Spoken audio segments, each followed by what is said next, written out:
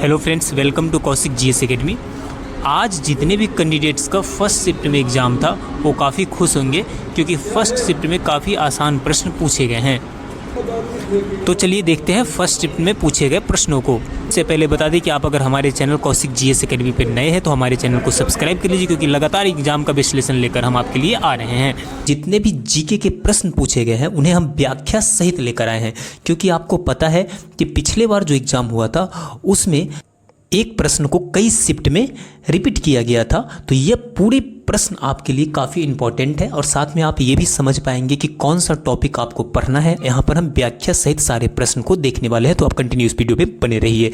अगर आप हमारे चैनल कौशिक जीएस एकेडमी पर नए हैं तो सब्सक्राइब कर लीजिए क्योंकि हर डेली एग्जाम का हम एनालिसिस लेकर आने वाले हैं। तो चलिए स्टार्ट करते हैं। पहला प्रश्न है, पन्नालाल घोष का संबंध किससे है? तो पन्नालाल घोष का संबंध है बांसुरी से।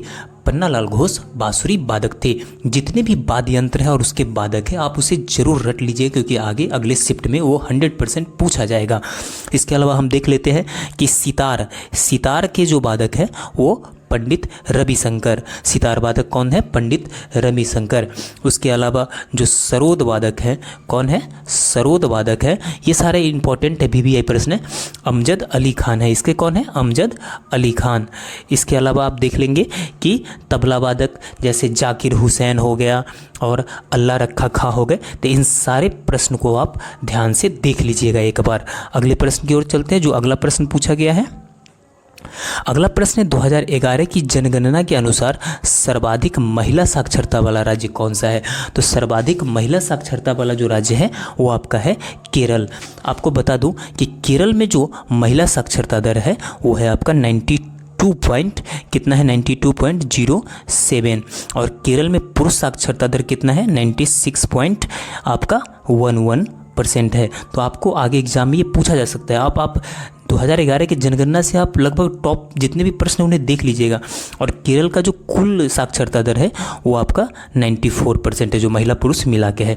इसके अलावा हम यहाँ पर देख लेते हैं जो भारत में जो महिला की साक्षरता दर है वो आपका है 65.46% और भारत में जो पुरुष का साक्षरता दर है वो आपका है 82.15% और भारत में जो कुल साक्षरता दर है वो टोटल महिला पुरुष मिला के तो वो है आपका 74.04%। तो आप इस सारे पॉइंट्स को याद कर लीजिए क्योंकि आगे 100% प्रश्न में आएगा ही आएगा। जो भी टॉपिक पूछा गया है आप उसको देख लीजिए एक बार। नेक्स्ट, अगला प्रश्न है, संविधान सभा का गठन कब हुआ था? तो संविधान सभा का गठन हुआ था 6 दिसंबर 1946 को और इसमें क्या बने थे? अस्थायी अध्यक्ष बने थे डॉक्टर सच्चिदानंद सिन्हा और 9 दिसंबर 1946 को डॉक्टर राजेंद्र प्रसाद क्या बने थे? अस्थायी अध्यक्ष बनाए गए थे। तो ये आप इससे रिलेटेड आप संविधान सभा से रिलेटेड भी देख लीजिएगा थोड़ा सा।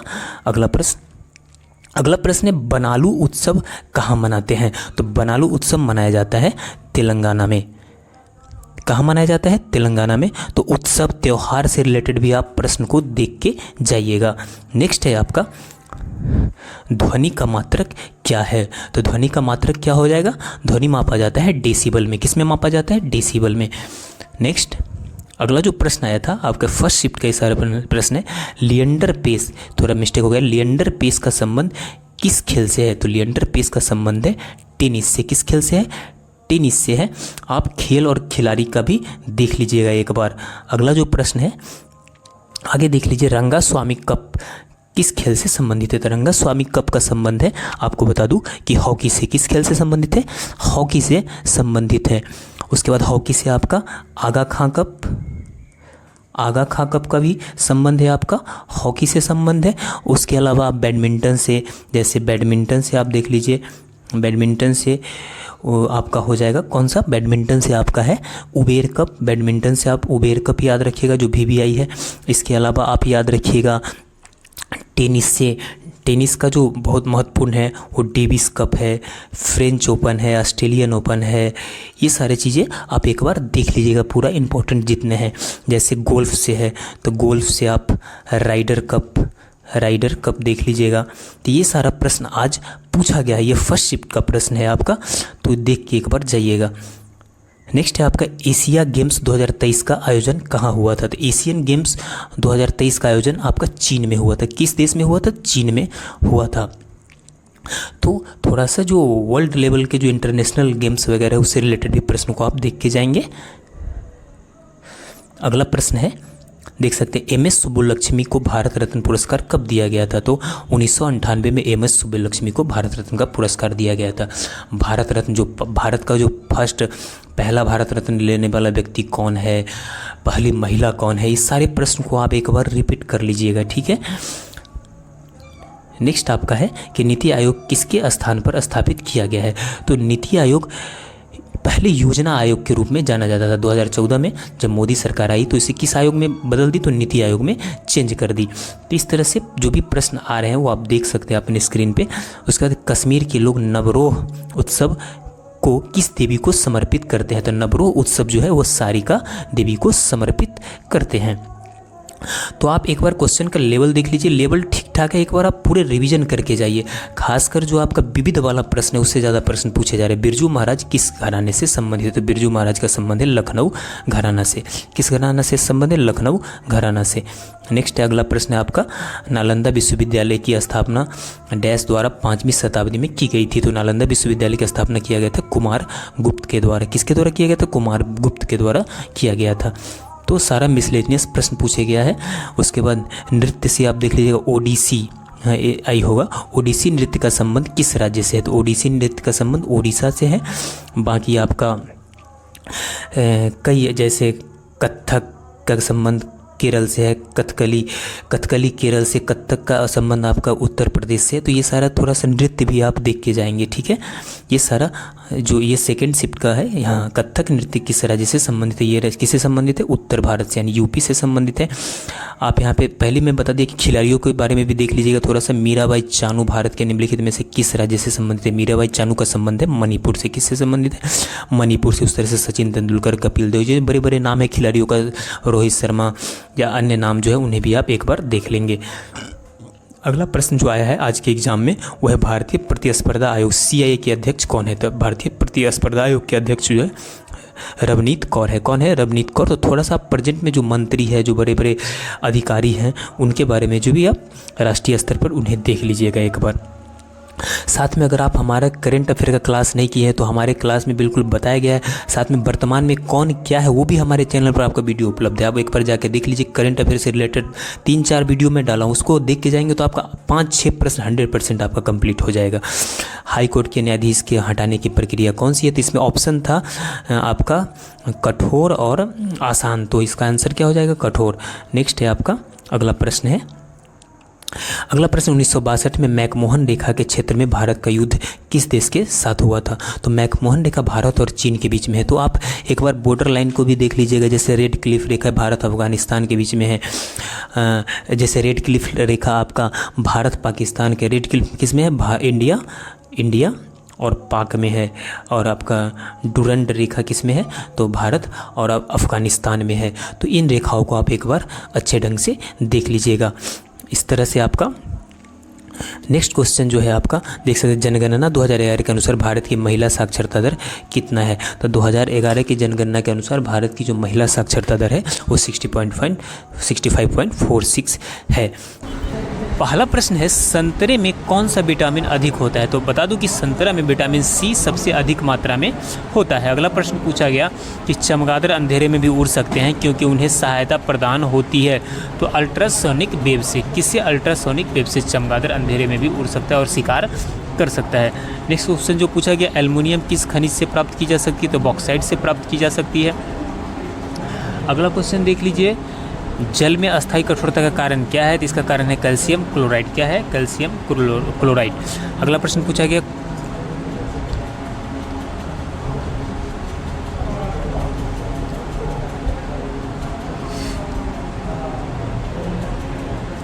पहला प्रश्न है, संतरे में कौन सा विटामिन अधिक होता है। तो संतरे में विटामिन C सबसे अधिक होता है। अगला प्रश्न देख लीजिए जो पूछा गया, चमगादड़ अंधेरे में भी उड़ सकते हैं क्योंकि उन्हें सहायता प्रदान होती है। तो किससे? अल्ट्रासोनिक वेव से चमगादड़ अंधेरा में उड़ भी सकता है और शिकार भी कर सकता है। इसका कारण क्या है? Ultrasonic wave. अगला प्रश्न पूछा गया कि एल्युमिनियम किस खनिज से प्राप्त की जा सकती है, तो एल्युमिनियम बॉक्साइट अयस्क से प्राप्त की जाती है। अगला प्रश्न देख लीजिए कि जल में अस्थायी कठोरता का कारण है, इसका कारण है कैल्शियम क्लोराइड। नेक्स्ट क्वेश्चन है कैलोरी की मापन इकाई है, तो उष्मा क्या है, उष्मा है। अगला प्रश्न पूछा कि भारत में सर्वोच्च चाय कहाँ पैदा होती है, तो भारत में जो सर्वोच्च चाय है वो दार्जिलिंग में पैदा होती है। कहाँ पे होती है, दार्जिलिंग में। विश्व का सबसे बड़ी नदी द्वीप माजुली अवस्थित है, तो ये ब्रह्मपुत्र नदी पर अवस्थित है। किस पे, ब्रह्मपुत्र नदी पे। कई प्रश्न बार बार रिपीट हो रहे हैं, इसलिए आपको विश्लेषण देखकर ही जाना एग्जाम में अति आवश्यक है। किस नदी को बृहद्गंगा के नाम से जाना जाता है, तो गोदावरी नदी को बृहद्गंगा के नाम से जाना जाता है। अगला प्रश्न जो पूछा गया वो देख लीजिए आप कि इंडोनेशिया की राजधानी जकार्ता किस द्वीप पर स्थित है, ये जावा द्वीप पर स्थित है। किस पे, जावा द्वीप पे। अगला प्रश्न है गामा किरणों की खोजकर्ता कौन है, तो पॉल विलार्ड। कौन है, पॉल विलार्ड। नेक्स्ट क्वेश्चन जो पूछा गया रेडियो टेलीविज़न में कौन सी किरण उपयोग में आती है, इसमें आती है दीर्घ रेडियो तरंगे। गुरुत्वाकर्षण नियतांक का प्रयोग मान सबसे पहले किसने दिया, तो ये हेनरी कैवेंडिश ने दिया था। अगला प्रश्न जो पूछा गया कि समतल कोण का ऐसे मात्रक होता है, तो रेडियम। क्या होता है, रेडियम होता है। नेक्स्ट क्वेश्चन है लाल कागज हरी किरणों में किस प्रकार दिखाई देता है, ये काला दिखाई पड़ता है। किस प्रकार दिखाई देता है, ये काला दिखाई देता है। अगला जो क्वेश्चन पूछा गया वो देख लीजिए आप, निकट दृष्टि दोष के लिए लेंस की गोलाई में क्या परिवर्तन आता है, गोलाई क्या हो जाती है, इसका बढ़ जाती है। चुंबकीय सुई किस दिशा की ओर संकेत करती है, ये उत्तर दिशा की ओर संकेत करती है। अगला प्रश्न पूछा गया तैरने में के नियम की खोज किस वैज्ञानिक ने की थी, तो ये आर्किमिडीज ने की थी। किसने, आर्किमिडीज ने। अगला प्रश्न देख लीजिए जो पूछा गया कि वर्षा नापने में कौन सा उपकरण काम में आता है, रेन गेज। क्या आता है, रेन गेज बनाया गया है वर्षा मापने के लिए। क्वांटम यांत्रिकी का मूल समीकरण किसके द्वारा प्रतिपादित किया गया था, तो ये श्रोडिंगर द्वारा। किसके द्वारा, श्रोडिंगर द्वारा। अगला जो प्रश्न पूछा गया वो देख लीजिए KMnO4 Mn की ऑक्सीकरण संख्या कितना है, तो इसका ऑक्सीकरण संख्या कितना हो जाएगा, 7 हो जाएगा। वनस्पति विज्ञान का जनक किसे कहा जाता है, ये थियोफ्रेस्टस को कहा जाता है। किसे कहा जाता है, थियोफ्रेस्टस को। अगला है मूली शलजम सरसों किस कुल से संबंधित है, ये क्रूसीफेरी कुल से क्या है, संबंधित है। अगला प्रश्न पूछा गया लीची का कौन सा भाग खाने योग्य है, तो बीज चोल यानी एरिल। क्या कहा जाता है, लीची के खाने योग्य भाग को एरिल कहा जाता है। अगला प्रश्न देख लीजिए यहाँ पर, ये छिपकली का अध्ययन क्या कहलाता है, इसे सॉरोलॉजी कहा जाता है। छिपकली के अध्ययन को गाय की वैज्ञानिक नाम क्या है, ये प्रश्न पूछा गया, यानी बॉस इंडिकस। गाय का वैज्ञानिक नाम क्या है, बॉस इंडिकस। कीटों का अध्ययन क्या कहलाता है, तो इसे एंटोमोलॉजी कहा जाता है। अगला प्रश्न है अर्धसूत्री विभाजन की खोज सर्वप्रथम किसने की थी, तो ये बीजमैन ने की थी। किसने, बीजमैन ने। नेक्स्ट क्वेश्चन जो पूछा गया वो देख लीजिए बारूद बनाने में किसका प्रयोग किया जाता है, तो पोटेशियम नाइट्रेट का। किसका, पोटेशियम नाइट्रेट का है। काले हीरे को किस नाम से जाना जाता है, तो इसे बोट के नाम से जाना जाता है। नेक्स्ट क्वेश्चन है फलों का मधुर स्वाद किसके कारण होता है, तो ये फ्रुक्टोज के कारण होता है फलों का मधुर स्वाद। अगला प्रश्न है वुड स्पिरिट के नाम से किस अल्कोहल को जाना जाता है, मेथिल अल्कोहल है। कौन सा अल्कोहल है, मेथिल अल्कोहल। अगला प्रश्न देख लीजिए सुंदरवन का डेल्टा कौन सी नदी बनाती है, गंगा ब्रह्मपुत्र नदी बनाती है। कावेरी नदी गिरती है तो बंगाल की खाड़ी में। किस में गिरती है, बंगाल की खाड़ी में। अगला प्रश्न भारत में सबसे ज़्यादा चाय किस राज्य में पैदा होता है, तो असम में पैदा होता है सबसे ज़्यादा चाय। नेक्स्ट क्वेश्चन है कान्हा किसली राष्ट्रीय उद्यान कहाँ है, तो कान्हा किसली राष्ट्रीय उद्यान मध्य प्रदेश में स्थित है। अगला प्रश्न जापान का सबसे बड़ी द्वीप कौन सी है, तो होन्शु द्वीप है। जापान की सबसे बड़ी द्वीप होन्शु द्वीप है। अगला प्रश्न था कि भारत का सबसे ऊंचा बांध भाखड़ा किस नदी पर बना है, तो सतलज नदी पर बना है। किस नदी पर बना है, सतलज नदी पर। अगला प्रश्न देख लीजिए किशन गंगा परियोजना भारत और किसके बीच विवाद का मुख्य कारण है, तो ये पाकिस्तान के बीच विवाद का मुख्य कारण है। अगला जो प्रश्न पूछा है गोदावरी नदी का उद्गम स्थान कहाँ है, तो ये नासिक पहाड़ी पर स्थित है। विश्व का सबसे ऊंचा पर्वत शिखर माउंट एवरेस्ट कहाँ स्थित है, नेपाल में स्थित है। कहाँ स्थित है, नेपाल में। लोयस का पठार है, एक पवनकृत पठार है लोयस का पठार। स्वेज नहर कहाँ स्थित है, ये मिस्र में स्थित है। कहाँ पे, मिस्र में स्थित है। अगला है प्रशांत महासागर का सबसे गहरा स्थान कौन है, ये दुनिया का भी सबसे गहरा स्थान याद रखिएगा मेरियाना गर्त। क्या बोलते हैं, मेरियाना ट्रेंच। स्वेज नहर किसके बीच में है, किसको जोड़ती है, भूमध्य सागर और लाल सागर को जोड़ती है। मानव द्वीप आइलैंड ऑफ मैन कहा जाता है। किसे कहा जाता है, तो ये कहा जाता है उत्तरी आयरलैंड और इंग्लैंड के बीच को। अगला प्रश्न भारतीय संविधान के अनुच्छेद 368 का किससे संबंध है, ये संविधान संशोधन से है ना। अगला प्रश्न 73वां भारतीय संविधान संशोधन का संबंध किससे है, तो ये पंचायती राज से है। इसका संबंध महावीर की मृत्यु कहाँ हुई थी, तो इनकी मृत्यु पावापुरी में हुई थी। अगला जो प्रश्न पूछा गया सिद्धार्थ को ज्ञान की प्राप्ति कहाँ हुई थी, गया में बिंदुसार के इस संप्रदाय का अनुयायी था, तो बिंदुसार था आजीवक संप्रदाय के अनुयायी था। अगला जो प्रश्न पूछा गया कि किस विद्वान बिंदुसार को 16 राज्यों का विजेता बताया था, तारानाथ ने। किसने बताया, तारानाथ में।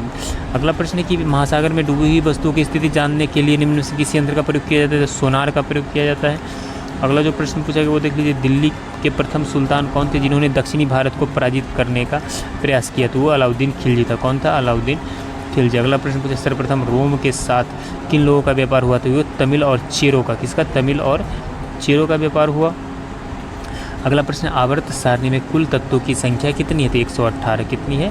118। चंद्रगुप्त के बाद किसने शासन प्राप्त किया? तो ये बिंदुसार ने। चंद्रगुप्त का उत्तराधिकारी कौन था? बिंदुसार था।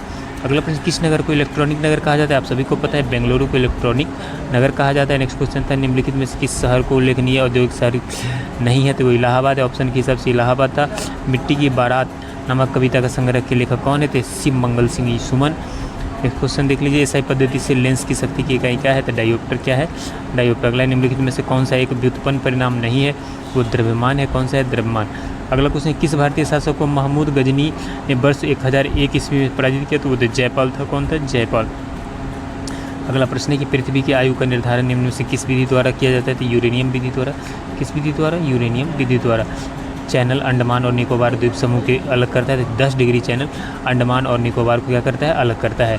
अगला क्वेश्चन देख लीजिए, दो ज्वारों के बीच कितनी समय अवधि होती है? तो लगभग 12 घंटा 26 मिनट अंतर होती है।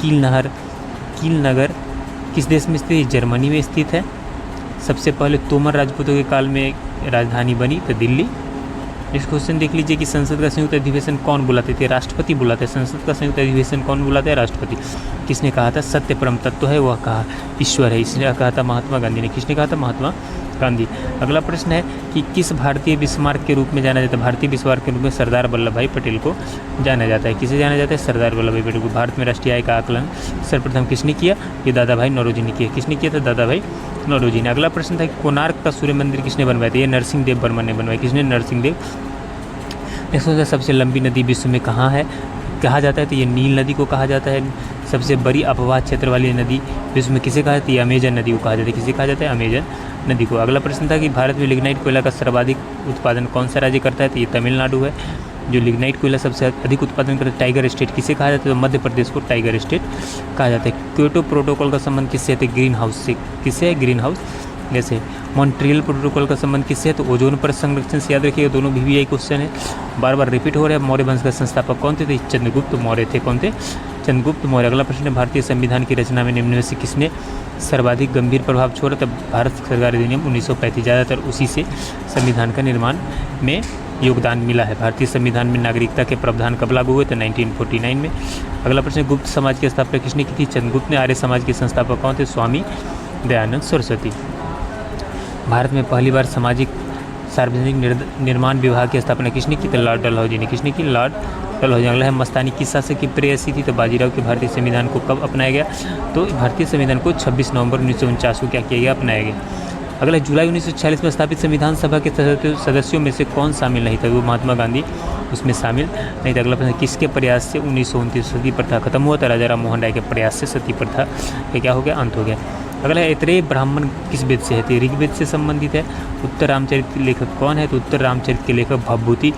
खरमेर राजा ने किस भारतीय राजा से मित्रता की थी? तो वो की थी राजेंद्र प्रथम से। सल्तनत काल में एक एस सर्व क्या है? तो ये सिंचाई का कर को एस सर्व कहा जाता है। खालसा पंथ की स्थापना एवं धर्म प्रचार पाहुल को किस सिख गुरु ने चलाए थे? गुरु गोविंद सिंह ने। किसने चलाया? गुरु गोविंद सिंह ने। अगला प्रश्न, विशिष्ट द्वैतवाद के प्रवर्तक कौन थे? तो रामानुजाचार्य थे। कौन थे? रामानुजा।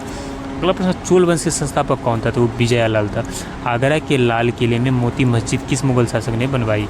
ये बनवाई थी शाहजहां ने। अगला क्वेश्चन है, पुष्यमित्र शुंग ने अश्वमेध यज्ञ किए थे, यह जानकारी किस ग्रंथ से प्राप्त होती है? ये महाभाष्य से प्राप्त होती है। अगला प्रश्न, पाटलिपुत्र नामक नगर की स्थापना किसने की थी? उद्यन ने की थी। किसने? उद्यन ने। अगला प्रश्न, मगध का प्रथम राजवंश कौन था? तो हर्यक वंश था। बुद्ध द्वारा गौ हत्या को बौद्ध मतवावलंबी क्या कहते थे? तो इसे वो लोग महाभिनिष्क्रमण कहते थे। कहाँ? अगला प्रश्न है कि सल्तनत काल में अश्वशाला के प्रधान को क्या कहा जाता था? इसे अमीर आखुर कहा जाता। क्या कहा जाता? अमीर आखुर। अगला प्रश्न देख लिया, अकबरनामा के प्रख्यात लेखक अब्दुल फजल कहते हैं किसने की? तो वीर सिंह बुंदेला ने कर दी थी। किसने? वीर सिंह बुंदेला ने।